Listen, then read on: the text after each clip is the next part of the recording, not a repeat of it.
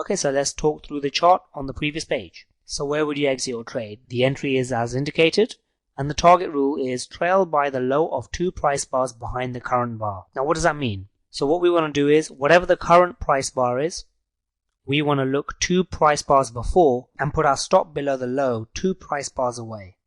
So our entry bar is this green bar here, because that is where price first touches the entry price. Now our stop will be placed wherever the stop should be placed for this specific strategy, but we are paying attention to only the trailing. So when this price bar has started, we will go 1, 2 price bars before, and we will place our stop below the low of the second price bar away from the current price bar. So our stop will be around about here. Then when this price bar starts, we will go 1, 2 price bars before, and we will put our stop below the low of this price bar 2 bars away. So our stop would move up to here. And so forth. As we go to this bar, our stop will be where entry is. When we move to this bar, our stop will move below the low of this bar here. When we move across to this bar, our stop will move below the low here.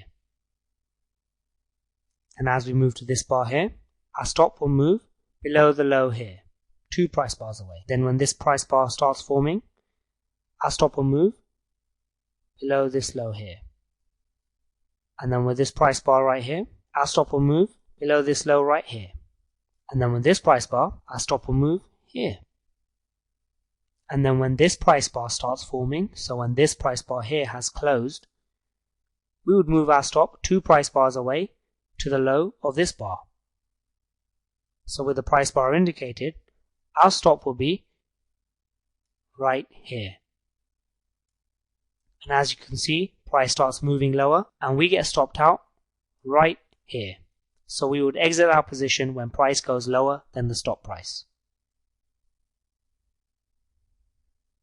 So I hope you got that right. If you didn't, you may want to go over the target section again.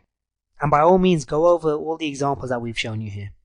So if you continue over to the next page, we will go over the next trading component, which is risk reward.